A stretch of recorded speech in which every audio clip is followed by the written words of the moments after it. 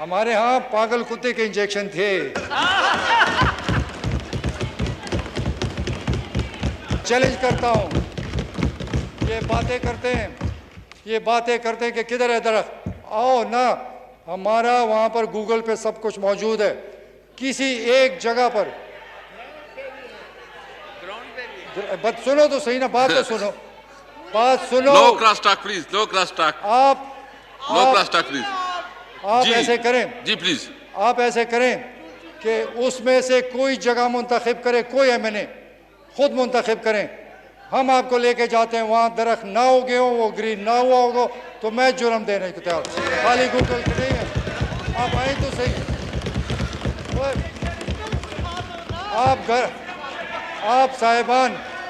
आप साहिबान घरों से निकल नो क्रॉस टॉक प्लीज। मौलाना साहब मैं आपको भी बताता हूँ। नो क्रॉस टॉक, तशरीफ रखें मौलाना। मौलाना प्लीज तशरीफ फरमाएं, प्लीज प्लीज। मैं मौलाना को भी बताता हूँ। No cross talk please. मैं मौलाना को भी बताता हूँ कि मैंने दीन के लिए किया क्या और इन्होंने क्या किया, वो भी बताऊँ।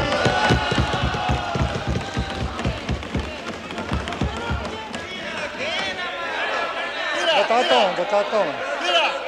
हूँ।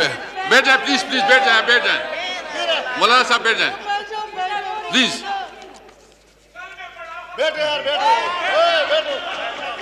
प्लीज तशरीफ रखें प्लीज तशरीफ रखें। मैं मौलाना को खुश अपनी बारी पे जो बात करना चाहे अपनी बारी पे करें। स्पीकर साहब, मौलाना साहब को खुश होना चाहिए। अभी उस वक़्त मैंने जो मसाजिद के उलमा हैं उनके लिए वजीफ़ा मुकर्रर किया, कुछ मुश्किलात हुई। इस बजट में अल्लाह का शुक्र है कि 28,000 उलमा को 10 से 20,000 वजीफ़ा मुकर्रर हो गया है, और उसमें माइनॉरिटीज़, चर्चेज़, उसमें मंदिर जो उनके हेड करते हैं उन सब के लिए वजीफ़ा मुकर्रर हुआ है, तो इनको तो खुश होना चाहिए। फिर एक और बात, अगर दीन की बात करते हैं, हम कुरान शरीफ सुनते हैं, नमाजें पढ़ते हैं, एक लफ्ज़ भी समझ नहीं आती अरबी की। क्या हम में किसी को सोच नहीं थी कि कुरान शरीफ को अपनी ज़ुबान में पढ़ाया जाए ताकि हमारे बच्चे बेहतरीन मुसलमान बने और बेहतरीन तालिब इल्म बने। हमने कानून पास किया, 1 से 5 क्लास तक मनाजरा शुरू कराया, 5 से 12वीं क्लास तक कुरान शरीफ बामानी शुरू कराया, तो हमने ये बुरा काम किया, हमने बेहतरीन मुसलमान बनाने की कोशिश की। तो हमने नहीं है। No cross talk please, no cross talk. आप तो अभी आए, बाकी सूबे की बात करूं। No cross talk please. मेरा वैसे ही भी घुमा हुआ है, कुछ हो जाएगा, चुप कर। तो हमने इस सिस्टम को ऑनलाइन किया, ई टेंडरिंग की, ई बिडिंग की, और मुकम्मल ओपन कंपटीशन किया कि जो भी घर बैठे आप इंटरनेट पे अपना बिड भेज सकते हैं ताकि घपला ना हो। इसलिए हम चाहते थे कि एक सही मुकाबला हो और सही काम हो। अब मैं इदारों की बात, यहाँ हर शहबाज शरीफ ने कहा कि इन्होंने एक यूनिवर्सिटी नहीं बनाई। आए शहबाज साहब, आप आएँ, मैं आपको 12 यूनिवर्सिटी दिखाता हूँ जो हमने बनाई हैं, मैं दिखा के बताऊँगा। फिर आपको मैं भी ये भी दिखा सकता हूँ कि हम डिफरेंट यूनिवर्सिटीज़ की तकरीबन हर ज़िले में कैंपस बना चुके हैं। जो जहाँ पर एग्रीकल्चर यूनिवर्सिटी है तो दूसरे ज़िले में उसका कैंपस बनाएं, तो हर ज़िले में 2-3 ज़िलों को छोड़कर जो बदकिस्मत होंगे या उधर एजुकेशन इतनी नहीं थी, बाकी सब ज़िलों में कैंपसेस और यूनिवर्सिटीज़ बनाए हैं। शहबाज शरीफ को मैं दावत भी दूंगा, खाना भी खिलाऊंगा, ये मेरे साथ आए हैं, मैं दिखाता हूँ यूनिवर्सिटियाँ है कि नहीं। फिर अच्छा, फिर मैं आता हूँ पुलिस पे। ये जो पुलिस है, ये पुलिस, सुन लो, खैर है, प्लीज तकलीफ होगी लेकिन सुनना पड़ेगा। जाओगे किधर?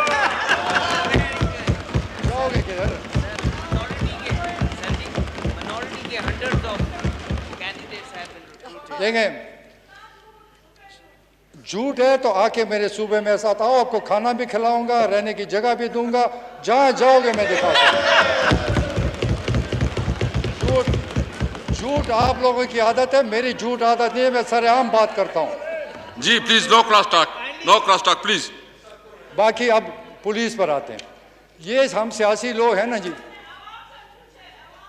अवाम ने तो हमें जिताया है, और तुम्हें शिकस्त दी No है cross अवाम talk, ने, please. और No फिर cross talk. शिकस्त देंगे, और फिर तुम्हें शिकस्त देंगे, याद करो। No cross ये talk, मेरी please. बात याद करो, 2023 में तुम्हारा सफाया होगा, फिक्र ना करो। जी खटक साहब please, no cross talk please. अगर ये बोलेंगे मैं जवाब दूंगा, फिर नाराज ना ना प्लीज प्लीज। जी देखें, पुलिस एक ऐसा इदारा है जिससे हर आम आदमी का वास्ता होता है।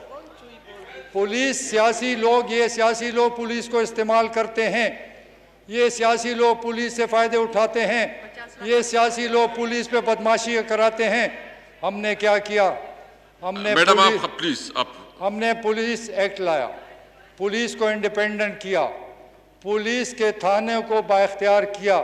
वजीर आला के पास ये इख्तियार नहीं था कि एक सिपाही को भी ट्रांसफ़र करे, मैं नहीं कर सकता था क्योंकि मैंने इख्तियार उनको दिया। रिजल्ट क्या था? अवाम से आके पूछे कि थानों में क्या फ़र्क था। कोई झूठा FIR नहीं, कोई झूठा FIR नहीं, कोई जुल्म ज़्यादती थाने में नहीं कर सकता था, कोई किसी सियासी लोग पुलिस को नहीं इस्तेमाल करे, क्योंकि पुलिस इंडिपेंडेंट हुई और उसका नतीजा हमें मिला। हम अल्लाह का शुक्रगुजार हैं क्योंकि हमारी पुलिस की कारकर्दगी बेहतरीन रही। मैं खैबर पख्तूनख्वा की पुलिस को खराज तहसीन पेश करता हूँ कि उन्होंने दहशतगर्दी में जो काम किया वो किसी माई का बाप भी नहीं कर सकता, जो मर्जी हो। और मैं जनाब दुरानी साहब, अल्लाह उसको जन्नत नसीब करे, जो काम उसने किया तारीख़ में कोई नहीं कर सकता। काश काश काश हम उससे और फ़ायदा उठा लेते। बेहतरीन इंसान था और इस मुल्क के लिए बेहतरीन निज़ाम लाना चाहता था, तो उस पर मुझे बहुत अफसोस है। अल्लाह ताला जो फ़ैसले करते हैं हम कुछ नहीं कर सकते, लेकिन जो पुलिस के लिए उसने किया वो तारीख़ याद करेगी। फिर पुलिस में चूँकि दुरानी साहब एक सही ऑफिसर थे, उन्होंने जो मांगा पुलिस के लिए, जो अपग्रेडेशन मांगी, जो तनख्वाहें बढ़ाई, जो उन्होंने कहा 100% पुलिस के लिए हमने किया। आज कोई पुलिस का कोई डिमांड नहीं कर सकता कि तहरीक इंसाफ की हुकूमत में उनको हक नहीं मिला, हमने पूरे हक दिए। कभी भी किसी से जाके मिलें, जाके पुलिस अपने पंजाब के ऑफिसर देखें। मज़े की बात ये कि पंजाब के ऑफिसर मेरे सूबे में आना शुरू हो गए। मैं पूछता था क्यों, वो कहते हैं कि यहाँ इंडिपेंडेंट है, हम करप्ट नहीं हैं, हम करप्ट सूबे से निकले, हम आपके सूबे में आ रहे हैं। ये जुबानी है। मेरे पास 60-70% पंजाब के ऑफिसर आए जो अच्छे ऑफिसर थे, उन्होंने कारकर्दगी दिखाई और मिसाली कारकर्दगी दिखाई। जो ये करना नहीं हो सकता है, मुझे अभी ये कहते पंजाब में नहीं हो सकता। पंजाब नहीं, सारी दुनिया रिफॉर्म हो सकती है, तो पंजाब क्यों नहीं हो सकता? हर जगह हो सकता है, लेकिन अगर नीयत साफ़ हो, इरादा सही हो, तो कोई मसला नहीं है कि जो नहीं हो सकता। और सुनो, माइनॉरिटी के बारे में भी बताता। हमारे यहाँ पागल कुत्ते के इंजेक्शन थे।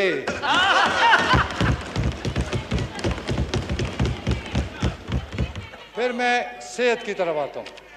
देखें, सेहत का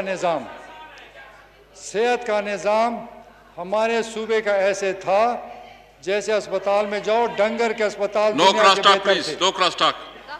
हमारे अस्पतालों से डंगर अस्पताल दुनिया के 100% बेहतर थे। ना इलाज था, ना डॉक्टर होता था और ना मेडिसिन मिलती थी। हम जब आए तो हमने सबसे पहले कोई 4,500 डॉक्टर भर्ती किए सूबे में। उस वक़्त सूबे में 70 साल से टोटल 5,000 डॉक्टर थे 70 साल में। 5 साल में हमने डबल किया और अभी भी 2-2,500 और डॉक्टर भर्ती हो रहे हैं ताकि आवाम के सहूलत के लिए डॉक्टर मौजूद हो। इनको कभी फिक्र नहीं थी। 70 साल में 4,500 और 8 साल में 8,000, तो फ़र्क सामने है। इनको तो तकलीफ होगी, इनको तो परेशानी होगी कि ये क्या हो रहा है, और इंशाल्लाह बड़ा तमाशा दिखाएंगे इनको। इससे पहले फिर जब उस वक़्त हम आए तो हमारे मुफ्त इलाज तो मुफ्त दवाइयाँ कुछ हॉस्पिटल में दी जाती थी, लेकिन हमने इमरजेंसी, जब इमरजेंसी होती है, किसी के जेब में पैसे होते नहीं हैं, तो हमने अरबों रुपए इमरजेंसी के लिए रखे। कोई भी इमरजेंसी में आया हमारे दौर में और अभी भी उसका फ्री इलाज किया जाता है, चाहे वो जो भी हो, वो इमरजेंसी के लिए हमने किया। फिर सबसे बड़ा काम सेहत इंसाफ कार्ड।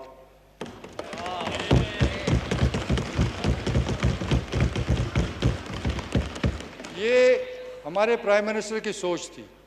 जब उनकी वालदा को कैंसर हुआ तो उन्होंने कैंसर हॉस्पिटल बनाया। मेरे से जब बात करते थे तो ये कहते थे कि गरीब आदमी अपना इलाज नहीं कर सकता, इसके लिए कुछ करना चाहिए। फिर हमने मिल बैठकर ये सेहत इंसाफ कार्ड निकाला। आप सोचें, एक गरीब आदमी बीमार हो जाए, उसका ऑपरेशन है, 5 लाख चाहिए, क्या करेगा? घर बेचेगा, कर्जे लेगा, गुलाम बनेगा? वो 10 लाख का फ्री इलाज सालाना हर एक के लिए हमने मैंने उस वक़्त 18 लाख सेहत इंसाफ कार्ड दिए। अब इमरान खान की मेहरबानी से सारा सूबा जिसके पास शनाख्ती कार्ड है उसका मुफ्त बेहतरीन से बेहतरीन अस्पताल से हो सकता है। तो क्या मैं इनसे पूछता हूँ, आपको ये गरीब नज़र नहीं आ रहे थे कि ये इलाज कहाँ से करेंगे? ये अपना ऑपरेशन कौन कराएगा? ये सरमायादार की मिन्नतें करेंगे, सरमायादार से कर्जे लेंगे। इनको फिक्र कोई नहीं, इनको अपनी जायदादों की फिक्र है कि करोड़ों अरबों बनाओ खुश, क्योंकि तुम खुश। ऐसा नहीं होगा। अब आवाम समझ चुकी है, आपसे हिसाब किताब हो रहा है। अब इनसे जब हिसाब मांगा जाता है मुल्क छोड़ के भाग जाते हैं। भाई हिसाब दो, हिसाब क्यों नहीं देते हो? हिसाब दे दो, कोई सज़ा नहीं, कुछ भी नहीं। आप हिसाब दे दो कि ये 10 रुपये कहाँ से लाए हो, आप घर जाओ ऐशी करो। हिसाब नहीं दोगे तो हिसाब होगा, कोई नहीं बच सकता, जो मर्जी करो। फिर मैंने बात की है फॉरेस्ट का कि ये एक बहुत बड़ा माफिया था और हमारे फॉरेस्टर्स को कत्ल किया गया, क्योंकि वो जब रोकते थे तो उनको कत्लेआम करा जा, जख्मी किए, कत्ल किए, लेकिन हम बाज नहीं आए। हमने उस माफिया को ख़त्म किया और दरख्त काटने के बजाय हमने 1.2 बिलियन दरख्त लगाए। और ये अजीब फिनोमेना शुरू किया हुआ है कि महंगाई गुर्बत। मैं चैलेंज करता हूँ, आए जाएँ फिरें, मैं अपने सूबे के बात करता हूँ, आए मेरे साथ फिरें, मुझे गरीब पैदा करके दिखा दें तो फिर मैं कहूँगा कि तुम बड़े सच बोल रहे हो। ये सारा एक ड्रामा है, ये अपोजिशन का एक ड्रामा है और ये ड्रामा नहीं चलेगा। अब लोग समझदार हो गए हैं।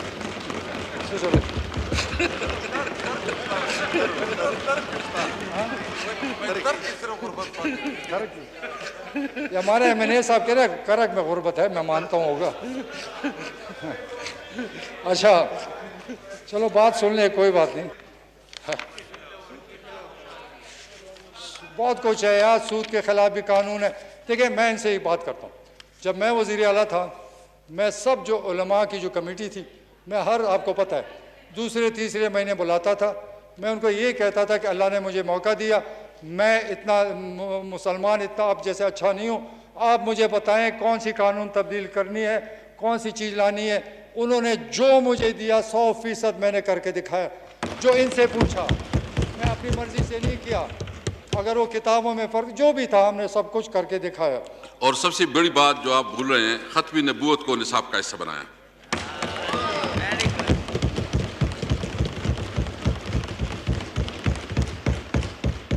मैं और नहीं बोलना चाहता, ये नाराज़ हो जाएंगे, मेरे दोस्त हैं सारे, तो मैं सिर्फ इनको कहता हूँ, सिर्फ आखिरी मेरी नसीहत है, मेरी नसीहत है, खुदा के लिए हवाई बातें मत करो, प्रैक्टिकल काम करो, लोग दुआएं देंगे और आपकी आखिरत अच्छी होगी।